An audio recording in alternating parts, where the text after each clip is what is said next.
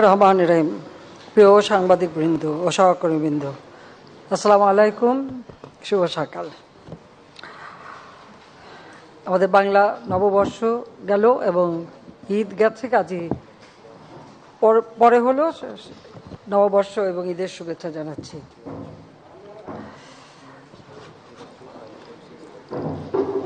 থাইল্যান্ডের প্রধানমন্ত্রী সেথা তাবিসিন এর আমন্ত্রণে দ্বিপাক্ষিক সফরে এবং ইউএন স্ক্যাপের ৮০তম অধিবেশনে যোগদানের জন্য আমি গত ২৪ থেকে ২৯ এপ্রিল ২০২৪ থাইল্যান্ড সফর করি। আমার সঙ্গে মন্ত্রিপরিষদের সদস্য, প্রতিমন্ত্রী, উপদেষ্টা এবং ঊর্ধ্বতন সরকারি কর্মকর্তাবৃন্দ সফর সঙ্গী ছিলেন। ২৪ এপ্রিল ২০২৪ ব্যাংককে পৌঁছালে বিমানবন্দরে আমাকে লাল গালিচা সম্বর্ধনা, গাড়োমানার এবং গান স্যুলেটের মাধ্যমে অভ্যর্থনা জানানো হয়। গত ২২ হতে ২৬ এপ্রিল ২০২৪ ব্যাংককে ইউএন স্ক্যাপের ৮০তম বার্ষিক অধিবেশন অনুষ্ঠিত হয়। উদ্বোধন অনুষ্ঠানে শুভেচ্ছা বক্তব্য প্রদানের জন্য সংস্থাটির এক্সিকিউটিভ সেক্রেটারি আমাকে আমন্ত্রণ জানিয়েছিলেন।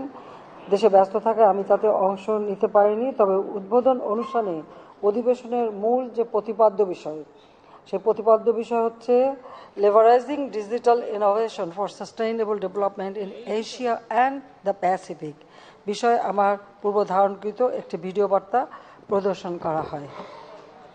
২৫ এপ্রিল সকালে ইউএন স্ক্যাপের একটি অধিবেশনে আমি এশীয় প্রশান্ত অঞ্চলে সহযোগিতা জোরদার করার মধ্য দিয়ে জাতিসংঘের এজেন্ডা ২০৩০ ও টেকসই উন্নয়ন অভিষ্ট অর্জন বিষয়ে বক্তব্য প্রদান করি। আমি বাংলাদেশের উল্লেখযোগ্য উন্নয়ন অভিজ্ঞতা তুলে ধরার পাশাপাশি ইউএন স্ক্যাপ এর মাধ্যমে আমাদের নিজস্ব উদ্ভাবিত ও বাস্তবায়িত বিভিন্ন উন্নয়ন মডেল এই অঞ্চলের অন্যান্য দেশের সঙ্গে বিনিময় করার বিষয়ে আমাদের আগ্রহ ব্যক্ত করি। আমি সকল ধরনের আগ্রাসন ও নৃশংসতার বিরুদ্ধে সোচ্চার হওয়ার জন্য এবং যুদ্ধকে না বলার জন্য আবারও আন্তর্জাতিক সম্প্রদায়ের প্রতি আহ্বান জানিয়েছি।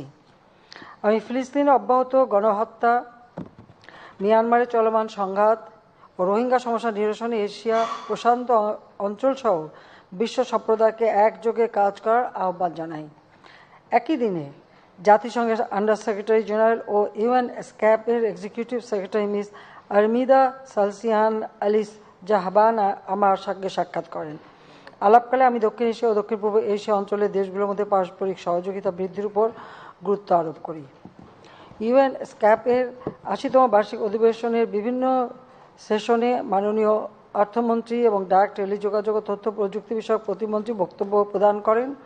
সম্মেলনস্থলে আইসিটি বিভাগের আয়োজনে একটি সাইড ইভেন্ট অনুষ্ঠিত হয় এবং digital to smart Bangladesh by 2041 শীর্ষক প্যাভিলিয়ন স্থাপন করা হয়। আমি প্যাভিলিয়নটি ঘুরে দেখি। একই দিনে বিকেলে আমি থাইল্যান্ডের রাজপ্রাসাদে মহামহিম রাজা ও রানীর সঙ্গে সাক্ষাৎ করি। এ সময় আমি থাইল্যান্ডের দীর্ঘস্থায়ী বন্ধুত্বের জন্য রাজা ও রানীর প্রতি কৃতজ্ঞতা জানাই এবং দুই দেশ দ্বিপাক্ষিক সম্পর্ক জোরদার করতে একসাথে কাজ করবে বলে প্রত্যাশা করি। সফরের তৃতীয় দিন ২৬ এপ্রিল গভর্নমেন্ট হাউসে পৌঁছলে আমাকে রাষ্ট্রীয় গার্ড অব অনারের মাধ্যমে থাই প্রধানমন্ত্রী আনুষ্ঠানিকভাবে পুনরায় থাইল্যান্ডে স্বাগত জানান। পরে গভর্নমেন্ট হাউসে আমি থাইল্যান্ডের প্রধানমন্ত্রী সেথা থাবিসিন এর সঙ্গে একান্ত বৈঠকে অংশগ্রহণ করি। বৈঠক অন্যান্য দ্বিপাক্ষিক বিষয়ের পাশাপাশি আমি জোরপূর্বক বাস্তুচ্যুত মায়ানমারের নাগরিকদের অর্থাৎ রোহিঙ্গা জনগোষ্ঠী দ্রুত তাদের নিজ দেশে প্রত্যাবাসনের জন্য থাইল্যান্ডের সহায়তা কামনা করি। একান্ত বৈঠক শেষে আমার এবং থাইল্যান্ডের মাননীয় প্রধানমন্ত্রীর নেতৃত্বে দুই দেশের প্রতিনিধি দলের অংশগ্রহণে দ্বিপাক্ষিক বৈঠক অনুষ্ঠিত হয়। এই বৈঠকে দুই দেশের মধ্যে বিদ্যমান দীর্ঘস্থায়ী দ্বিপাক্ষিক সম্পর্ক অধিকতর উন্নয়নকল্পে আমরা গঠনমূলক আলোচনা করি। এ সময় আমি ২০৪১ সালের মধ্যে বাংলাদেশকে একটি জ্ঞানভিত্তিক, ডিজিটালাইজড এবং জলবায়ু সহনশীল দেশে রূপান্তর এবং বাংলাদেশকে একটি স্মার্ট দেশ হিসেবে গড়ে তোলার লক্ষ্যে মূল্যবান অংশীদার হিসেবে থাইল্যান্ডের সহযোগিতা কামনা করি। বৈঠকে দুই দেশের মধ্যে বাণিজ্য সম্প্রসারণ এবং আমদানি রপ্তানি বৃদ্ধির লক্ষ্যে মুক্ত বাণিজ্য চুক্তি এর পর্যালোচনা পাশাপাশি অন্যান্য অভিন্ন স্বার্থ সংশ্লিষ্ট বিষয়ে আলোচনা হয়। উল্লেখযোগ্য বিষয়গুলোর মধ্যে ছিল বিনিয়োগ, জনগণের মধ্যে যোগাযোগ, সাংস্কৃতিক বিনিময়, পর্যটন সহযোগিতা, জ্বালানি নিরাপত্তা, কৃষি ও খাদ্য নিরাপত্তা, স্বাস্থ্য, স্থল এবং সমুদ্র সংযোগ, উন্নয়ন সহযোগিতা এবং আঞ্চলিক ও আন্তর্জাতিক সহযোগিতা। এই সময় আমি দুই দেশের বাণিজ্য ভারসাম্য রক্ষার জন্য বেসরকারি খাতের অংশগ্রহণকে, বিশেষ করে আমাদের বিশেষ অর্থনৈতিক অঞ্চল এবং হাইটেক পার্ককে বিনিয়োগ উৎসাহিত করার জন্য থাই প্রধানমন্ত্রীকে অনুরোধ করি। থাই প্রধানমন্ত্রীকে তৈরি পোশাক সহ কিছু বাংলাদেশি পণ্যের একটি যুক্তিসঙ্গত সময়ের জন্য শুল্কমুক্ত প্রবেশ, ডিউটি ফ্রি অ্যাক্সেস সুবিধা প্রদানের বিষয়টি বিবেচনা করার জন্য অনুরোধ করেছি। কৃষি উৎপাদনকারী দেশ হিসেবে কৃষিখাতে পারস্পরিক সহযোগিতা বৃদ্ধির মাধ্যমে আমরা থাইল্যান্ডের অভিজ্ঞতা ও প্রযুক্তিগত দক্ষতা কাজে লাগিয়ে খাদ্য নিরাপত্তা সুদৃঢ় করতে পারি। এই জন্য থাইল্যান্ডের সঙ্গে আমাদের সহযোগিতা বৃদ্ধির বিষয়ে আলোচনা করেছি এবং খাদ্য গবেষণার উপর গুরুত্ব দিয়েছি। আমরা শিক্ষা ও স্বাস্থ্য খাতে সহযোগিতা বৃদ্ধির ব্যাপারে আলোচনা করি। থাইল্যান্ডকে বাংলাদেশের স্বাস্থ্য খাতে বিনিয়োগেরও আহ্বান জানিয়েছি। নিরবিচ্ছিন্ন আঞ্চলিক যোগাযোগের মাধ্যমে অর্থনৈতিক উন্নয়নের লক্ষ্যে থাইল্যান্ডের রানং বন্দর এবং চট্টগ্রাম বন্দরের মধ্যে সরাসরি কোস্টাল শিপিং দ্রুত চালু করার মাধ্যমে বাংলাদেশ ও থাইল্যান্ডের অর্থনৈতিক সম্পর্ক জোরদার করতে আমরা একমত পোষণ করি। এছাড়াও আঞ্চলিক সহযোগিতা সুদৃঢ়করণে ইন্ডিয়া মিয়ানমার থাইল্যান্ড টেরিটোরিয়াল হাইওয়েতে বাংলাদেশের যোগদানের বিষয়ে আমাদের প্রত্যাশা পুনর্ব্যক্ত করি। বাংলাদেশ ও থাইল্যান্ড উভয়ই বিমস্টেকের প্রতিষ্ঠাতা সদস্য। আমি ও থাইল্যান্ডের প্রধানমন্ত্রী একমত পোষণ করি যে বিমস্টেক এ অঞ্চলের প্রায় 180 কোটি মানুষের অর্থনৈতিক প্রবৃদ্ধির মূল চালিকা শক্তি হতে পারে।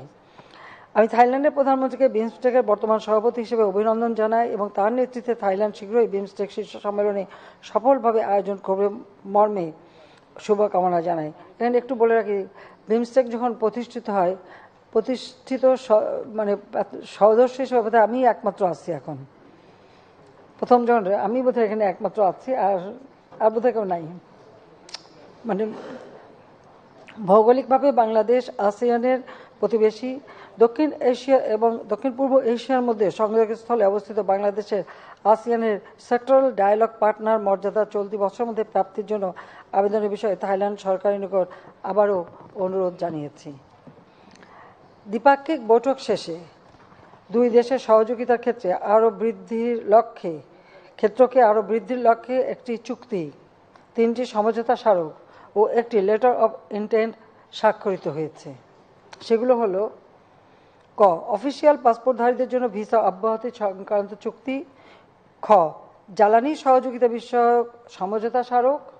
গ, পর্যটন সহযোগিতা সংক্রান্ত সমঝোতা স্মারক। ঘ, শুল্ক সংক্রান্ত পারস্পরিক সহযোগিতা বিষয়ক সমঝোতা স্মারক। এবং মুক্ত বাণিজ্য চুক্তির আলোচনা শুরু করার জন্য একটি লেটার অফ ইন্টেন্ট। চুক্তি ও সমঝোতা সমূহ স্বাক্ষর শেষে আমি ও থাইল্যান্ডের প্রধানমন্ত্রী শ্রেথা থাবিসিন সংবাদ সম্মেলনে বক্তব্য রাখি। সংবাদ সম্মেলন শেষে আমার সৌজন্যে থাইল্যান্ডের প্রধানমন্ত্রী কর্তৃক আয়োজিত রাষ্ট্রীয় মধ্যাহ্নভোজে যোগদান করি। আমার ছোট বোন শেখ রেহানাও এতে অংশ নেয়। থাইল্যান্ডে আমার সরকারি সফরটি দ্বিপাক্ষিক সম্পর্কের ক্ষেত্রে একটি মাইল ফলক হয়ে থাকবে। এটি আমাদের দুই দেশের মধ্যে ফলপ্রসূ অংশীদারিত্বের একটি নতুন যুগের সূচনা করেছে। আসিয়ানের গুরুত্বপূর্ণ সদস্য রাষ্ট্র থাইল্যান্ডে বাংলাদেশের সরকার প্রধানের সরকারি সফর অত্যন্ত তাৎপর্যপূর্ণ ছিল। আমি এবারে সরকার গঠন করার পর এটাই কিন্তু আমার একটা সরকারি সফর অন্য দেশে, এটাই প্রথম সফর হলো।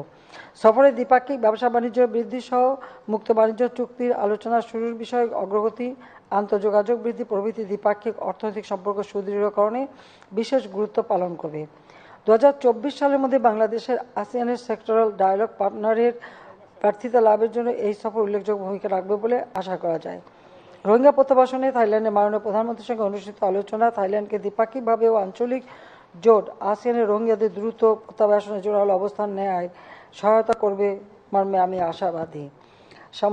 সামগ্রিকভাবে বাংলাদেশের অর্থনৈতিক স্বার্থ সুরক্ষা এবং আঞ্চলিক সম্পৃক্ততা বৃদ্ধির জন্য বাংলাদেশের বিশেষ প্রয়াস হিসেবে এই সফরটি সফল ও ফলপ্রসূ হয়েছে বলে আমি মনে করি।